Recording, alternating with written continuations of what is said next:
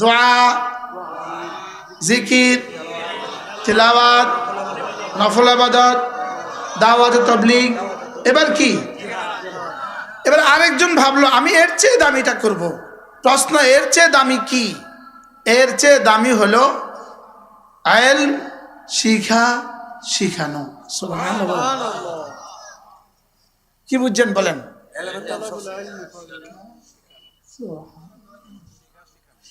ইলম শিখা, শিখানো বলেন। আপনি বলবেন হুজুর এটা সবচেয়ে দামি কেন? কারণ ইলম শিখা, শিখানো দিয়ে জিহাদও জিন্দা হবে, তাবলীগও জিন্দা হবে, নওয়াফিলও জিন্দা হবে, তেলাওয়াতও জিন্দা হবে, জিকিরও জিন্দা হবে, দোয়াও জিন্দা হবে। এবার বলেন তো 7 নম্বরটা দিয়ে কি কি জিন্দা হবে? আগেরগুলো দিয়ে কিন্তু একটা জিন্দা হবে। ওই দোয়াওয়ালা নিজের যা পাওয়ার পেয়ে গেল, ওই জিকিরওয়ালা নিজের দুনিয়া আখরাতে দামি হয়ে গেল, ওই তেলাওয়াতওয়ালা অনেক বেশি নেকি পেয়ে গেল, ওই নফলওয়ালা নিজের আরো বেশি লাভ হয়ে গেল, ওই দাওয়াতওয়ালা হাজারো মানুষের নেকি নিজে পেয়ে গেল, ওই জেহাদওয়ালা দিয়ে হাজারো লাখো মানুষ দিন পেয়ে যাবে। এবারে ইলমওয়ালা দিয়ে হাজারো লাখো মুজাহিদ তৈরি হবে। দুনিয়ার এক এক মিনিট ইমান আমলের একটা একটা মিনিটের দাম কত? ইমান আমলের একটা একটা মিনিট জান্নাতের কোটি কোটি বছর চেয়েও শ্রেষ্ঠ। এজন্য আমাদের হায়াতকে দামি বানানোর ফিকির করা। ইমান, আমল, ইহসান, তাকওয়া, এই 4টা হলো আমার জীবনের মূল কাজ। আর এই 4টা আসবে না ইলম ছাড়া। তাহলে এই মোট 5টা হলো আমার জীবনের মূল কাজ। ইলম বলেন, ইলম, ইমান, আমল, ইহসান, শব্দ ইহসান, ইহসান, তাকওয়া। মুসা ভাই, এই 5টা।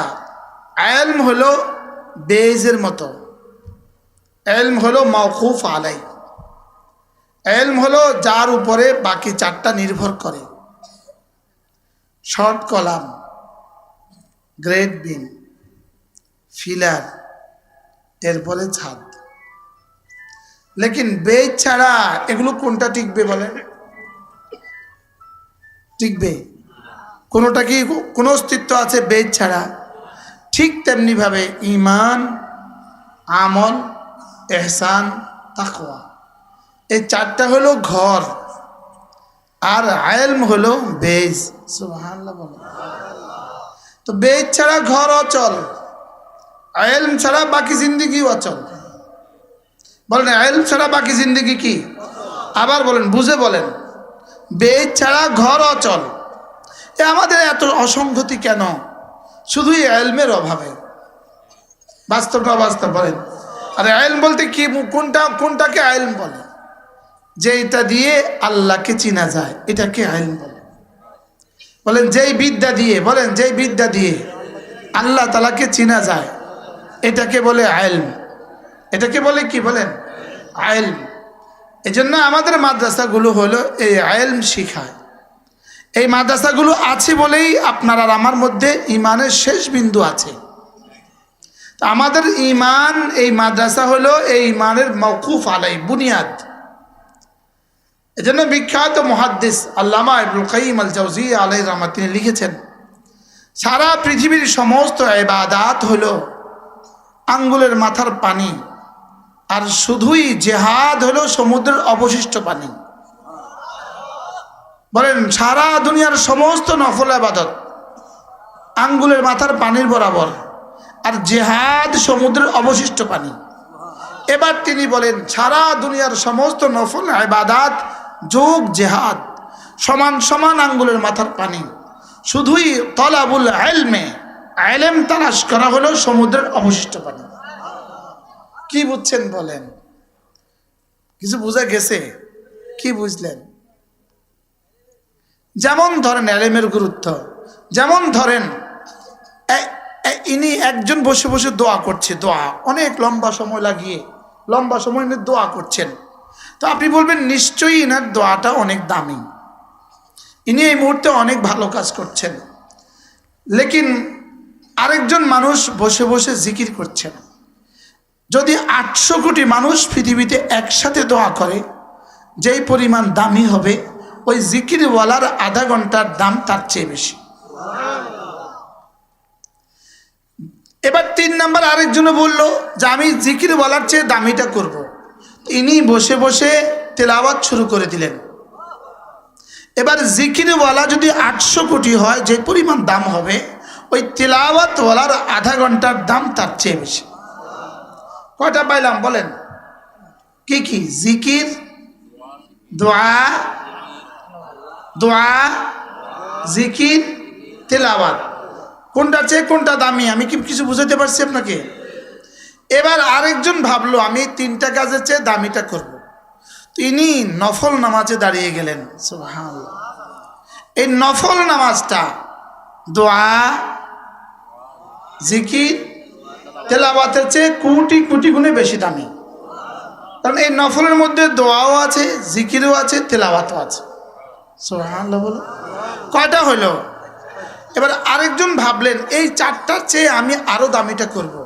তো ইনি এবার দাওয়াত ও তাবলীগ শুরু করে দিলেন।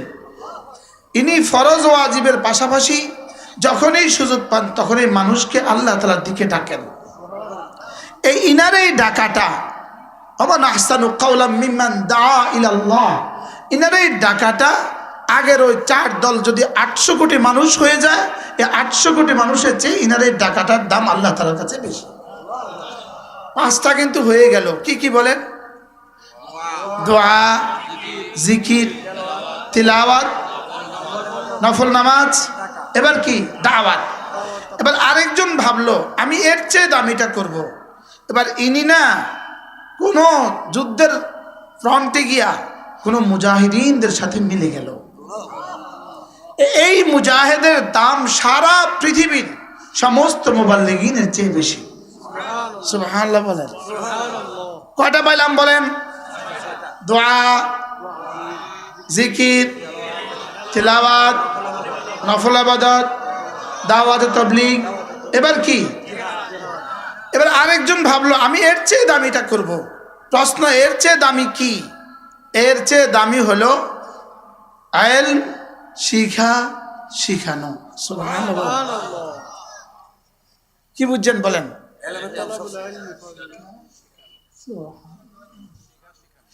ইলম শিখা, শিখানো বলেন। আপনি বলবেন হুজুর এটা সবচেয়ে দামি কেন? কারণ ইলম শিখা, শিখানো দিয়ে জিহাদও জিন্দা হবে, তাবলীগও জিন্দা হবে, নওয়াফিলও জিন্দা হবে, তেলাওয়াতও জিন্দা হবে, জিকিরও জিন্দা হবে, দোয়াও জিন্দা হবে। এবার বলেন তো 7 নম্বরটা দিয়ে কি কি জিন্দা হবে? আগেরগুলো দিয়ে কিন্তু একটা জিন্দা হবে। ওই দোয়াওয়ালা নিজের যা পাওয়ার পেয়ে গেল, ওই জিকিরওয়ালা নিজের দুনিয়া আখরাতে দামি হয়ে গেল, ওই তেলাওয়াতওয়ালা অনেক বেশি নেকি পেয়ে গেল, ওই নফলওয়ালা নিজের আরো বেশি লাভ হয়ে গেল, ওই দাওয়াতওয়ালা হাজারো মানুষের নেকি নিজে পেয়ে গেল, ওই জিহাদওয়ালা দিয়ে হাজারো লাখো মানুষ দিন পেয়ে যাবে। এবারে ইলমওয়ালা দিয়ে হাজারো লাখো মুজাহিদ তৈরি হবে। এবার বলুন তো দেখি ইলমের দাম কত? সুবহানাল্লাহ বলেন। এবার যাদের মাল ওই ইলমের জন্য লাগছে তাদের দাম কত হবে? আমি কি বুঝাইতে পারছি?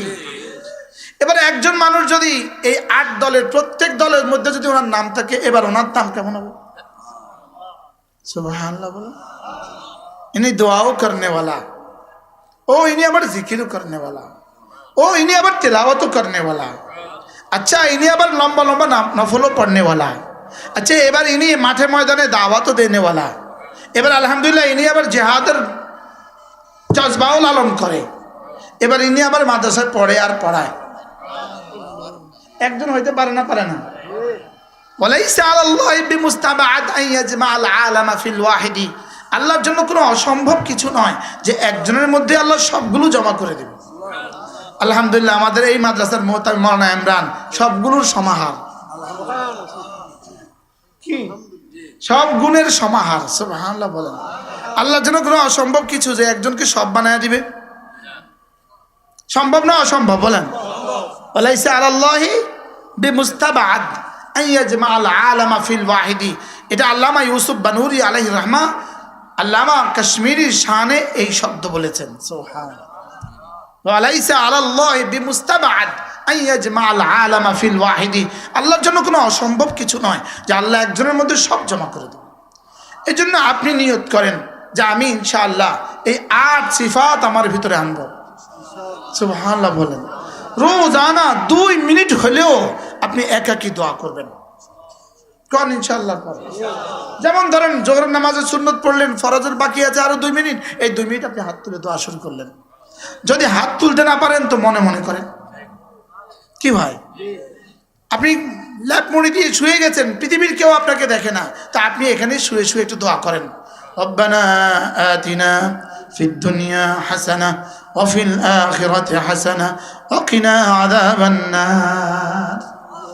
একজন মানুষ তার দুনিয়া আখিরাতে যা যা লাগবে সবটা রব্বে করিম এই আয়াতের মধ্যে ঢুকিয়ে দিয়েছেন। আচ্ছা, সবাই তো পারেন না, এই দোয়াটা পড়েন তো। রব্বানা আতিনা ফিদ দুনিয়া হাসানা ওয়া ফিল আখিরাতি হাসানা ওয়া কিনা আযাবান নার। সুবহানাল্লাহ। তাহলে আপনি মাঝে মাঝে যদি এটা পড়েন কেমন হবে বলেন ইনশাআল্লাহ। শুধু হুজুরে পড়বে, আপনি আমিন বলবেন কেন? আপনি নিজেও নিজেরটা পড়েন, ঠিক হয় না ইনশাআল্লাহ। 1 নম্বর পাইছি দোয়া। 2 নম্বর কি পাইলাম? 2 নম্বর কি পাইলাম?